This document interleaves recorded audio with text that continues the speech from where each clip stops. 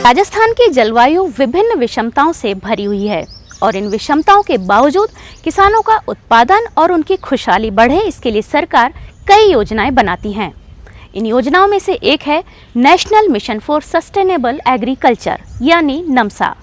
नमसा क्या है और इससे किसान कैसे लाभान्वित हो रहे हैं, आइए देखें। नमसा एक योजना है जो केंद्रीय प्रवर्तित योजना है जो राज्य में अपने 2014-15 से प्रारंभ की गई थी। इसका जो उद्देश्य है वो ये है कि काश्तकार को प्रति इकाई जो अपना क्षेत्र है उससे अधिक उत्पादन हो सके और जल की प्रत्येक बूंद से अधिक उत्पादन जो है हो सके। इसके लिए अपने जो है एक मॉड्यूल जो है डेवलप किया गया है। इस योजना के तहत कई प्रकार के जो क्लस्टर हैं, जैसे आपके पशुपालन आधारित है, उद्यानिकी आधारित है, आपके वृक्ष आधारित है। जयपुर जिला आपके पशुपालन से ज़्यादा संबंधित होने के कारण यहाँ पर पशुपालन आधारित जो क्लस्टर है 2 आवंटित किए गए थे, जिसमें सांसद आदर्श ग्राम योजना के तहत चयनित जो गांव हैं, एक तो धानक्या और एक फापुरा, उनका चयन किया गया था। वर्ष 2015-16 में नमसा योजना लागू हुई थी, जिसमें धानक्या क्लस्टर का चयन हुआ था और इस योजना के तहत मुख्य गतिविधि और सहायक गतिविधियों के बारे में मुझे जानकारी दी गई। उसके बाद फिर मैंने इसको इम्प्लीमेंट करवाने के लिए इस योजना को मैंने मुख्य गतिविधियों के अंदर उद्यानिकी गतिविधि में IFS और पशुपालन तथा सहायक गतिविधि के अंदर फार्म पॉन्ड, वर्मी कंपोस्ट, स्थायी यूनिट और डीजल पंप सेट, इनका कार्य करवाने के लिए हमारे को किसानों का चयन किया गया। पशुपालन समन्वित कृषि पद्धति के अंतर्गत जो काश्तकार भाई जो क्लस्टर का चयन किया जाता है उसमें कम से कम जो है 100 हेक्टेयर का जो है क्षेत्रफल लगते हैं और एक काश्तकार को अधिकतम जो है आपका 1 लाख रुपए तक का अनुदान दिया जाता है।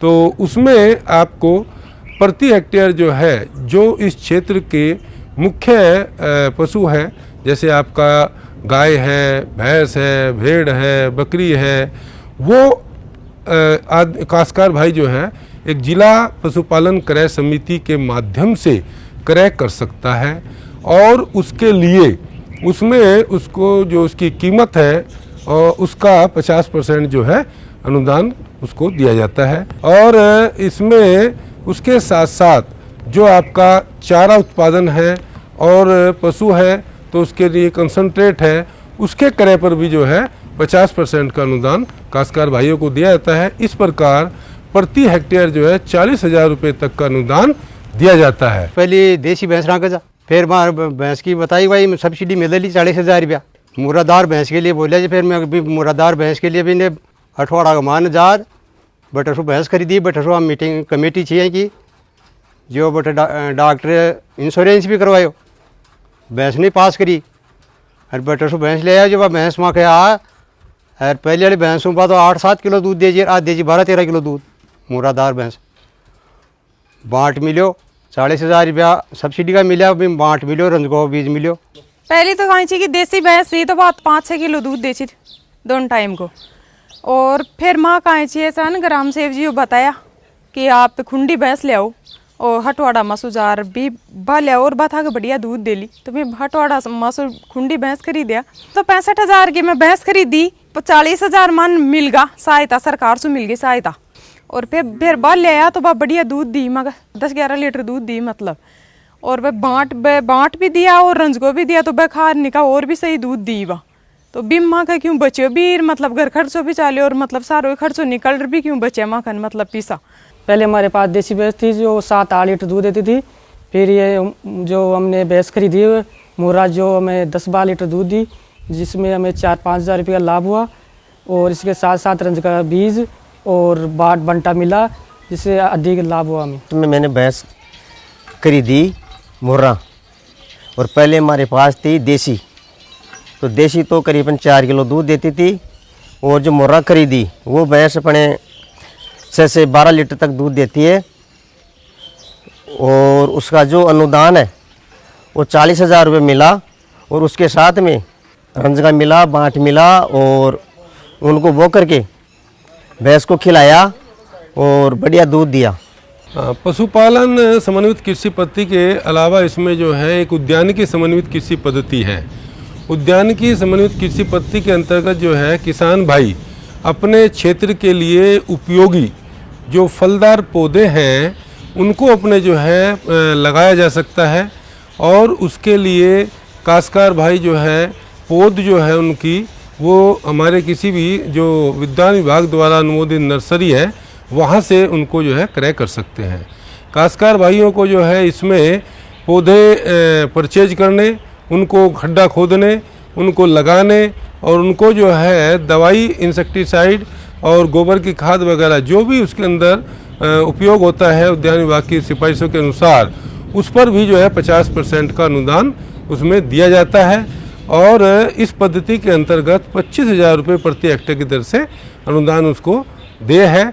इसमें 15,000 रुपये प्रति हेक्टेयर तो उद्यानिकी पौधारोपण और 10,000 रुपये उसके अंतर्गत जो है इंटरकल्चर क्रॉप के रूप में सब्जी या दलहन फसलों का जो है उत्पादन करने के लिए होता है। ये जो पपीते की ये पेड़ हमने लगाए हैं ये नमसा स्कीम के तहत लगाए हैं। हम पहले यही ट्रेडिशनल खेती करते थे, उसके बाद में कृषि विभाग ने हमारे को ये जानकारी दी ऐसी गवर्नमेंट की स्कीमें हैं, उसके तहत हमने ये 3.5 बीघा में पपीते के पेड़ लगाए हैं। इस पेड़ की अभी उम्र है 9 महीने और इसमें फल स्टार्ट हो जाएगा 10 से 11 महीने के अंदर। और इसके बीच में हमने मटर की खेती करी है जो करीब लाख रुपए के लगभग तो हमारी मटर की खेती हो गई और ये पपीते के फायदे में है। नमसा योजना के तहत फलदार वृक्ष भी लगा रखे हैं।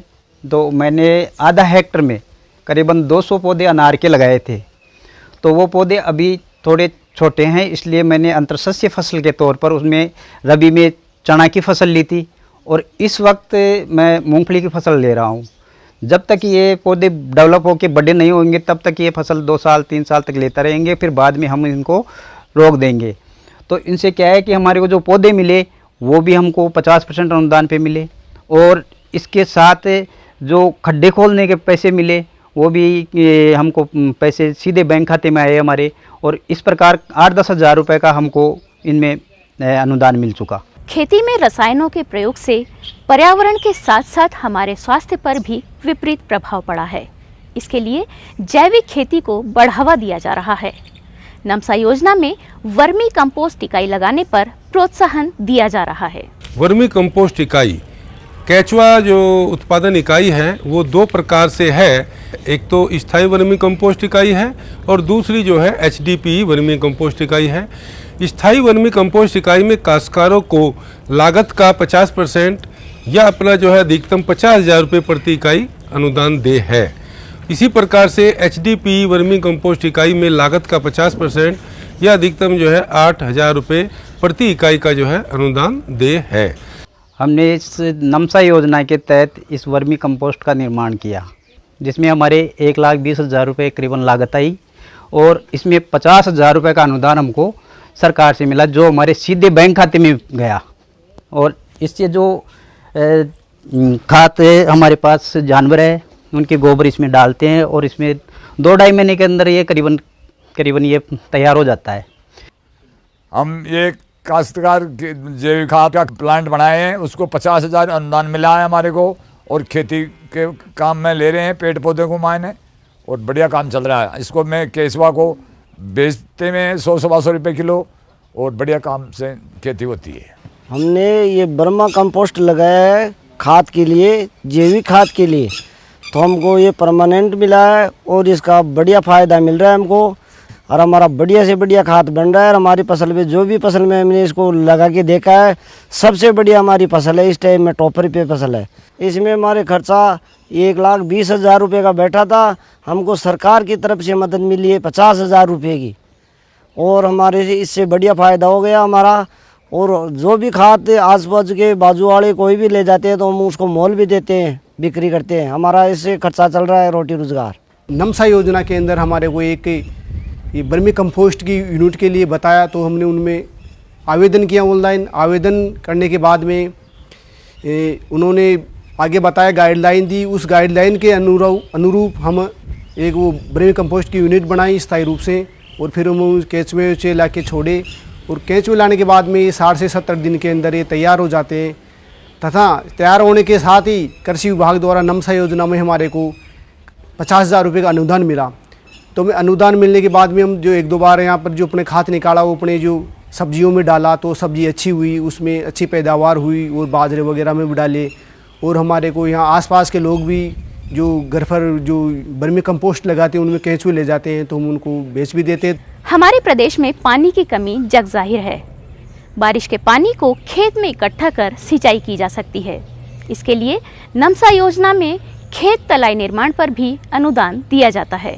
तो इसके लिए काश्तकार भाइयों को अपने जो है फार्म पोंड निर्माण के लिए इस योजना में जो है अनुदान दे है।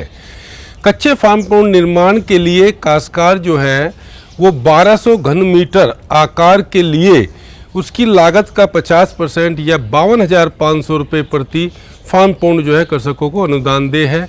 यह जो है आकार काश्तकार भाई 600 घन मीटर तक भी जो है बना सकते हैं।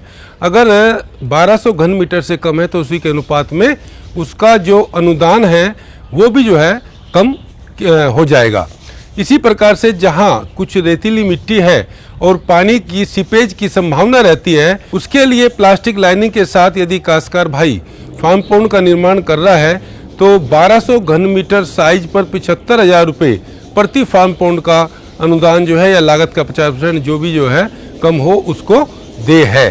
पहले हमारे पानी की बहुत समस्या थी तो इसलिए विभाग से हमें मालूम पड़ा कि नमसा योजना के तहत जो फार्म पोंड का निर्माण हो रहा है उसके तहत हमने फार्म पोंड का निर्माण के लिए अनुदान उठाया जिसमें हमने 20 बाई 20 इंटू 3 मीटर के आसपास फार्म पोंड का निर्माण कराया जिसकी लगभग लागत 2 लाख थी।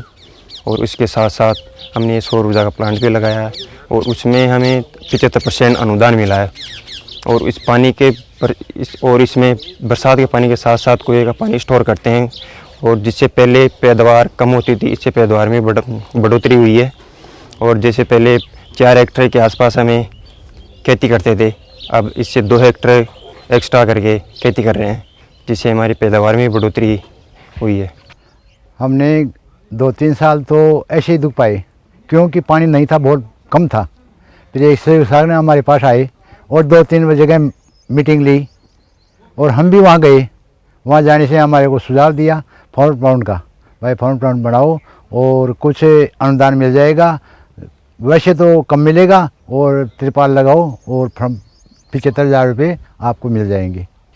हाँ साहब, ये साहब रणमान सिंह जी साहब हमारे को इन्होंने आकर के ये एक स्कीम बताई जिसमें हमारे यहाँ मकानों का और बरसात का पानी इकट्ठा हो जाने के कारण यहाँ पानी सूख गया था तो बरसात से अब ये बढ़ जाएगा तो 5-10 बीघा ज़मीन में खेती हो जाएगी और इसमें लागत हमारे 2.25 लाख रुपये करीबन लगे जिसमें 75,000 रुपये अनुदान मिला है। किसान भाई क्रांतिक अवस्थाओं पर सिंचाई करके अधिक उत्पादन ले सकते हैं। इसके लिए इस योजना में डीजल पंप सेट की खरीदारी पर अनुदान दिया जाता है। तो इसके लिए अपने ड्रिप और स्प्रिंकलर का जो फार्म पोंड से जोड़ के उनके द्वारा सिंचाई करना बेटर है, बहुत अच्छा रहता है। और काश्तकारों को क्योंकि जो है बिजली की आपूर्ति समय पर नहीं हो पाती और काश्तकार उस क्रिटिकल स्टेज पर फार्म पोंड से पानी देना चाहता है तो उसके लिए बहुत ही जो है उम्दा जो हमारा वो है प्रोजेक्ट वो है वाटर लिफ्टिंग डिवाइस के रूप में डीजल पंप। 10 HP तक के डीजल पंप पर लागत का 50% उसको जो है अनुदान या अधिकतम 10,000 रुपये दिया जा रहा है जिसका उपयोग जो है भरपूर रूप से जो है हमारे धानक्या क्लस्टर में किया जा रहा है। और हमारी खेती बिल्कुल बहुत कम होती थी, पानी तो है नहीं होने से ये मिल गया, हमारे को अनुदान भी मिल गया और फिर पाइप भी मिल गए और कुछ ये जो इंजन लगवाया उसमें भी अनुदान मिला हमारे को। इससे कम 1-1.5 लाख रुपए की पैदावार ज़्यादा हो गई। इस प्रकार से यह जो योजना है काश्तकारों के लिए बहुत ही उपयोगी है और काश्तकार भाई जो है इससे अपना उत्पादन हर तरह से जो है उद्यानिकी भी, पशुपालन भी जो है और अपने जो है वर्मी कंपोस्ट भी सब तरह से करके अपना जीवन यापन बहुत अच्छा करेगा।